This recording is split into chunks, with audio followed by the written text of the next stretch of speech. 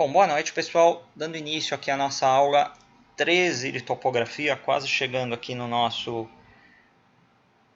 término do nosso semestre aqui da Data Brasil, Liberdade. Vamos partir aqui da resolução do nosso exercício da aula passada, onde estávamos e ainda continuaremos falando a respeito de uma poligonal aberta. Então, eu falo lá para vocês, né? Dado uma poligonal aberta, onde eu tenho as coordenadas, os pontos A e B, sendo que A ele é um ponto de 50 e menos 20, ou seja, ele tem 50 em X, menos 20 em Y. Cruzo aqui, tem o meu ponto A. E B, onde eu tenho um ponto de menos 40 e 70, ou seja, menos 40 em X, 70 em Y. Pergunta-se, né? A primeira pergunta que fazemos é o seguinte: quem são os azimuths de AB e o azimuth de BA? E aí, na consequência, os rumos, né? Transformar esses azimuths em rumo. Bom, a primeira coisa que nós fazemos é exatamente colocar, né? Locar. Podemos usar esse termo, né? Locar, depois dessa nossa introdução de aula. Fica legal até no universo da topografia falar esse termo locar, né? O ponto A. Então eu tenho aqui 50 e menos 20. Cruzei, está aqui o ponto A. Segunda ação, né, a fazer, o ponto B. Menos 40 e 70. Está aqui o ponto B. Ligo, formo a reta, formo essa minha poligonal aberta, já que temos aí um polígono que não se fecha. E essa é a primeira ação, né, a se fazer.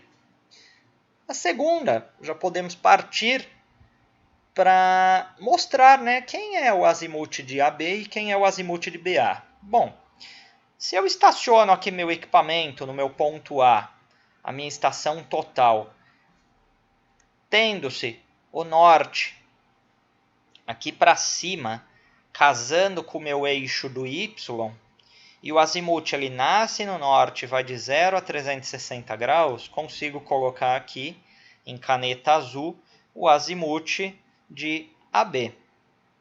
Consegui demonstrar ele aqui graficamente. Essa é a primeira ação a se fazer. Tá? Segunda ação a se fazer vai ser a parte de cálculo. Mas antes de ir para a parte de cálculo, eu também já consigo colocar aqui, locar o meu azimuth de BA. Estaciono, né, meu equipamento aqui no ponto B, norte, né, para cima. Azimuth, o ângulo que nasce no norte, vai de 0 a 360 graus, então está aqui o meu azimuth de BA.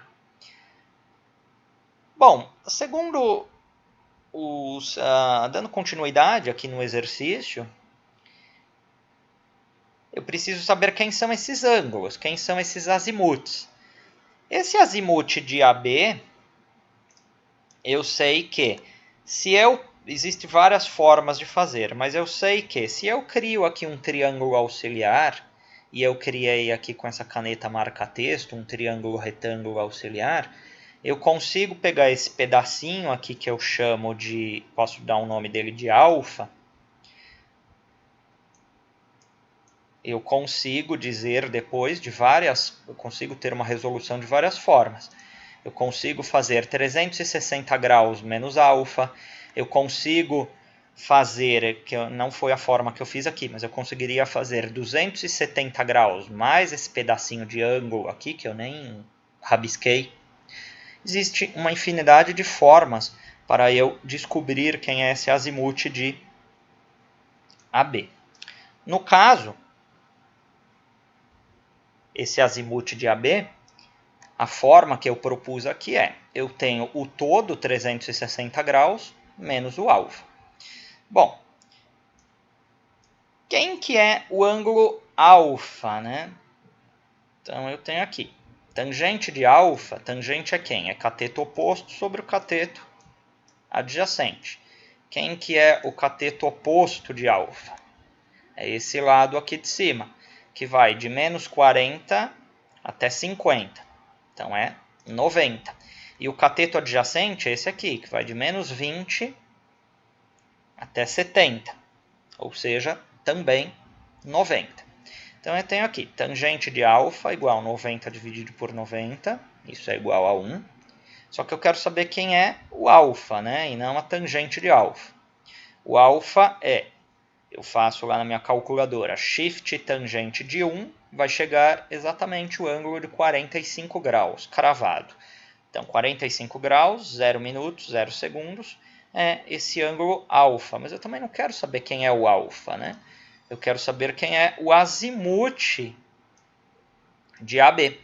E aí o azimute de AB, ele vai ser, eu não escrevi aqui, mas ele é aquela diferença. No caso, na proposição que eu fiz aí para vocês. 360 graus menos esses 45 graus descobertos. Chegamos em 315 graus, 0 minutos, 0 segundos.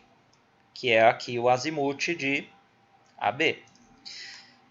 Não preciso usar as funções trigonométricas para descobrir o meu azimute de BA. Com as informações que eu já tenho, eu já consigo descobrir essa informação. Como? Bom, se aqui a alfa é 45 graus, aqui, por ser um triângulo retângulo, 90 graus. Logo, beta será também 45 graus, né? Até coloquei isso aqui. Coloquei aqui logo, beta será 45 graus, 0 minutos, 0 segundos. Justamente porque a somatória dos ângulos internos de um triângulo é igual a 180 graus.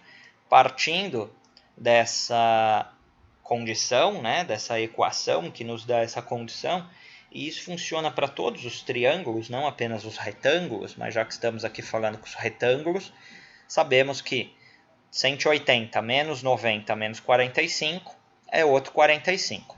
Eu também consigo chegar aqui em azimute de BA como 90 graus mais 45 graus.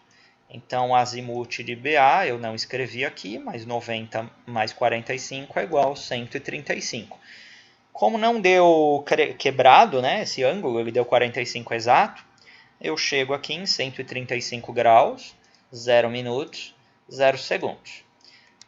Não fiz a segunda parte do exercício, mas a gente pode fazer aqui de olhar, né, e já passar aqui direto para vocês, né, que é transformar esses azimutes em rumo. Bom, o azimute de AB, quem que vai ser o azimute de AB? Imagine também eu estacionando aqui meu equipamento, tendo um novo plano cartesiano, né, bem aqui no meu ponto A. E aí, a teoria do rumo fala o seguinte, que é o ângulo que nasce ou no norte ou no sul, e ele vai de 0 a 90 graus no sentido horário ou anti-horário. Bom, quem que está mais próximo aqui da reta AB? É o norte. Então, ele está nascendo aqui no norte, indo para o oeste, e aqui está o rumo. O rumo será exatamente o ângulo alfa. Porém, eu tenho sempre que colocar qual o quadrante. Então, se ele está nascendo no norte e indo para o oeste, é 45 graus, 0 minutos, 0 segundos, noroeste. O azimute de BA, a mesma coisa. Eu estaciono o meu equipamento aqui, nesse ponto. Tem o norte, tem o sul. O sul está mais próximo, indo do sul para o leste, sudeste. Mas quem que é esse ângulo aqui, né? Exatamente onde está correndo aqui o cursor do mouse. Bom, existem várias formas de eu descobrir esse ângulo aqui. Primeira, se aqui é 90 graus, aqui eram 45, e esse todo aqui, onde está correndo o meu cursor do mouse é 180, esse outro pedaço aqui, que é o que falta, ele é 45 graus. Outra coisa que eu falei na aula passada para vocês é a semelhança de triângulos. Se eu tenho aqui esses dois triângulos retângulos e essa diagonal, se isso aqui fosse um retângulo ou um quadrado, no caso, Tudo que eu tenho em um triângulo, eu tenho que ter em outro. Então, se aqui são 45 graus, eu rebato aqui para cima, aqui também como sendo 45 graus, né? Invertido. Tudo isso conceitos da trigonometria, conceitos da matemática que nós utilizamos intensamente para a aplicação da topografia. Bom, sendo assim, esse azimuth de BA, ele é um rumo, que eu posso falar que é um rumo de 45 graus, 0 minutos, 0 segundos, sudeste, porque ele está nascendo no sul, indo para o leste.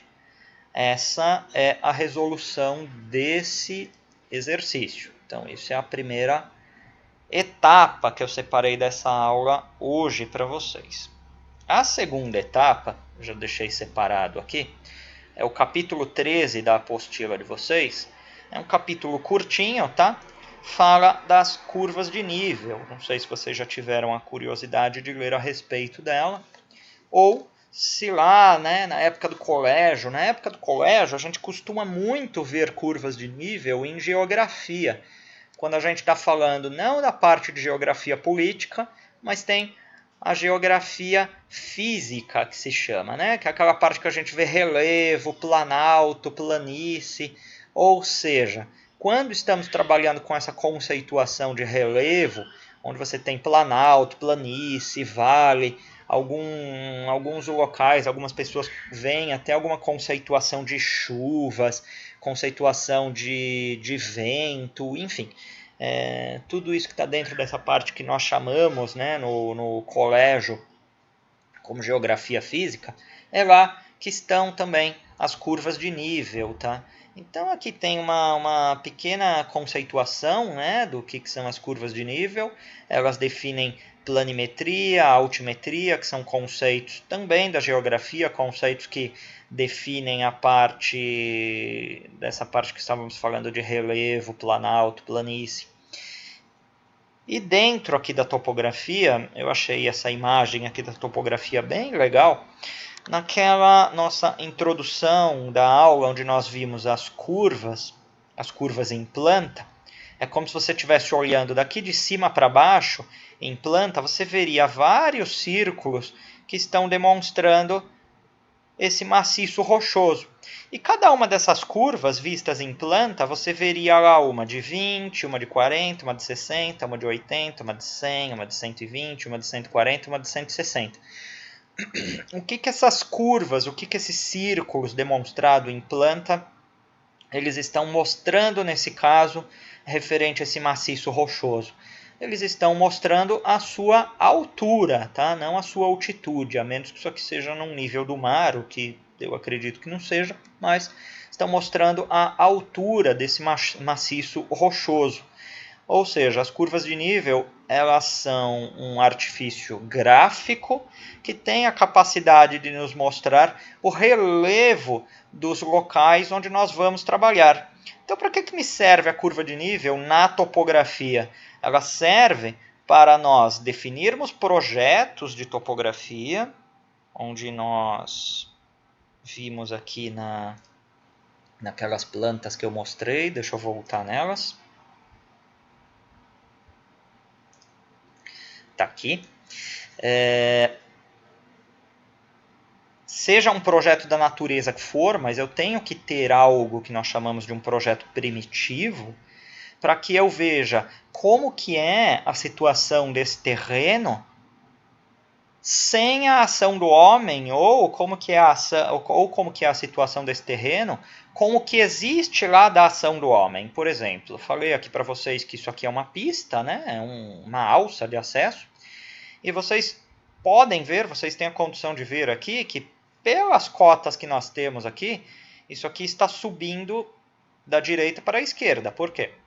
Eu tenho aqui, bem no eixo aqui dessa pista, 737,728 metros.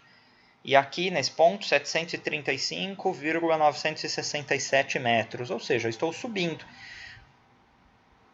Aqui eu estou tendo uma elevação. E aqui ao lado, as curvas de nível, onde nós temos aqui uma descendente, né? Onde eu estou vindo aqui dessas cotas, bem essa cota aqui bem próxima à crista da minha pista de 736,650.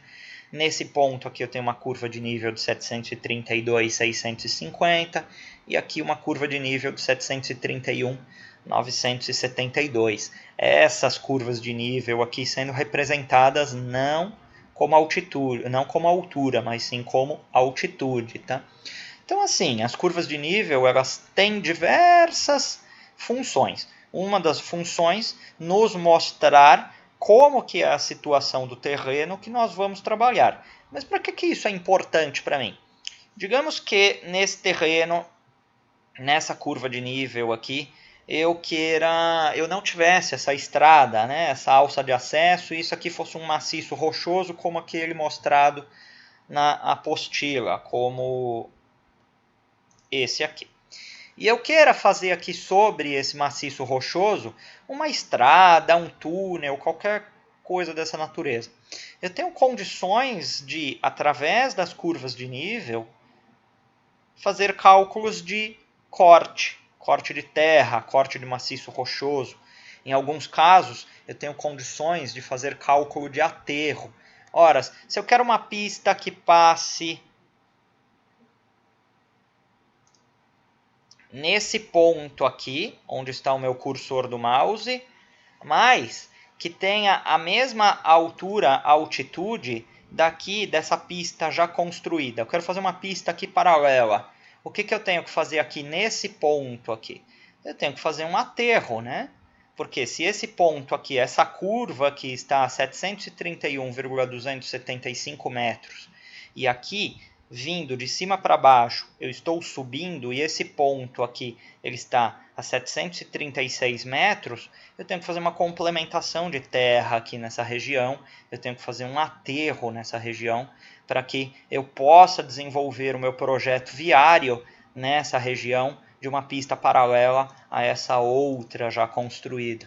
Então as curvas de nível, assim como toda a topografia, elas têm essa condição de nos auxiliar para projetos viários, projetos de construção, projetos ferroviários, projetos hidroviários, enfim, projetos de qualquer natureza que estejam dentro do escopo da área de construção civil, de engenharia civil. Aqui, né, um outro exemplo que eu já tinha falado para vocês, na questão de altura e altitude. A crista desse bloco ele tem essa altitude de 731,089 metros, a altura desse bloco 2,80 metros. Então eu tenho condições de achar aqui a cota de fundo desse meu bloco. Aqui nessa outra extremidade nós vimos também um pouco de coordenadas, né? Coordenadas de locação. Então eu tenho a estaca fulano, a estaca ciclano, a estaca beltrano. Não importa que, porque eu preparei para vocês da aula, o que são essas estacas, para que elas servem, enfim. Não é esse o intuito do que eu trouxe aqui para mostrar para vocês. Mas sim as coordenadas, aqui coordenadas topográficas, coordenadas onde o topógrafo e a sua equipe de topografia, eles terão condições de locar corretamente essas estacas para que não haja problemas de excentricidade, ou seja, quando a gente fala excentricidade, a gente está falando deslocamento, né?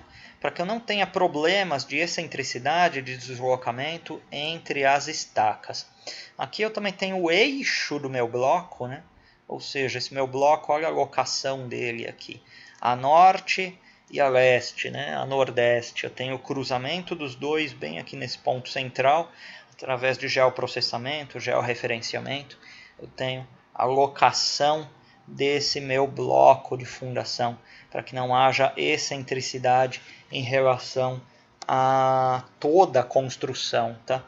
Claro, né? Aqui no caso estamos falando de um projeto de topografia de uma obra grande, né? Eu não preciso desse, chamemos assim, zelo, né, ou preciosismo todo para uma obra de uma casa, né? Eu tenho um terreno pequeno lá, eu tenho um terreno de 5 por 10, eu não preciso de todo esse critério, né, todo esse rigor. Porém, topografia, de modo geral, ela é já meio que utilizada em obras de médio ou grande porte. Então, vocês, como a topografia faz parte do escopo, né, da nossa área de construção civil, do técnico em edificações, do arquiteto, do engenheiro, do tecnólogo, é de extrema importância que vocês saibam aonde a topografia ela é utilizada, para que a topografia ela é utilizada. E eu acredito que hoje, né, quase no final do nosso curso de topografia, vocês consigam enxergar vendo rumo, azimuth, coordenadas topográficas, altura, altitude. Hoje eu comecei a falar com vocês um pouco de curvas de nível, que realmente é um assunto bem direto, bem prático. Mas você fazendo a junção de tudo isso, você consegue enxergar onde eu utilizo a topografia na construção civil. Para que é a importância da topografia na construção civil? Então, em cima disso, hoje eu já postei para vocês a atividade que eu quero que vocês façam, que está aqui, né? Inclusive a primeira pergunta eu faço: o que é curva de nível? Vocês veem no capítulo 13 da apostila de vocês, em cima dessa videoaula que eu estou gravando, vocês terão condições, né, de, com suas palavras, responder essa questão, né, o que é uma curva de nível. E a 2, também o que nós já estamos trabalhando aí nas últimas semanas, quais os azimuths de AB e BA da poligonal aberta com as coordenadas. Eu estou dando aí as coordenadas cartográficas e não topográficas, mas que também no fim das contas uma acaba complementando a outra. Estou dando aí o meu ponto A, 10, 10, e o meu ponto B, menos 60 e 40. E aí essa pergunta, que são os azimuths de AB e BA. Né? Espero que vocês tenham um bom fim de semana, bons estudos. Então, para título de gravação, eu dou aqui como finalizada a nossa aula de hoje e já abro aqui para questionamento de vocês. Muito obrigado.